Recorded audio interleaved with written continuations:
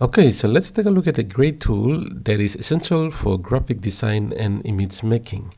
So this AI is called MODYFI. This is a tool that is also available for free. That is why I'm also going to do tutorial on it.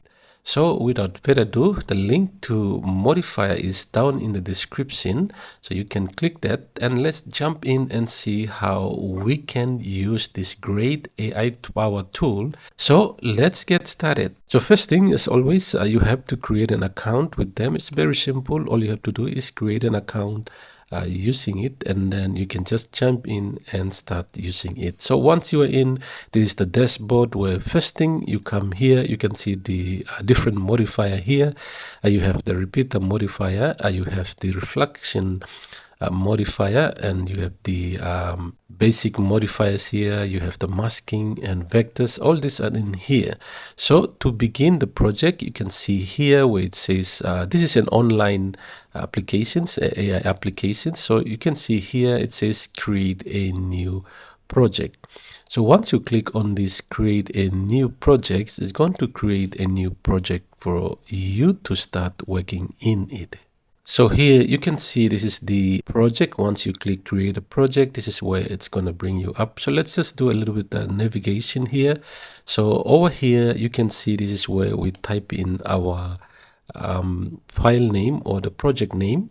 Okay, so just put this advert1, and then here you can see you have the dashboard. If you want to go back again to the dashboard, you have to create a new project, duplicate the project. Here is where we export our project once we create a nice graphic art or something like that. And after that, you can see the layers. This is where all the magic happened, where you laying down your art or different layers to create this beautiful images once you add on those things. And here you can see these are the tools that you work around with: the comment, the text, the eraser, the brush tool here, the pen tool, and all these other things, the crop. And this is where the select and move tool, and this is the hand or the grab and move fan tool here. And then up here, this is where we add in the command that we want to. So when you click here, you can see different command here: add image from device, which means you're adding image from your own device, add the stock image, add generated image, add a modifier, which is ones we have already looked at, and then add image guided generation. And then you have the layers here.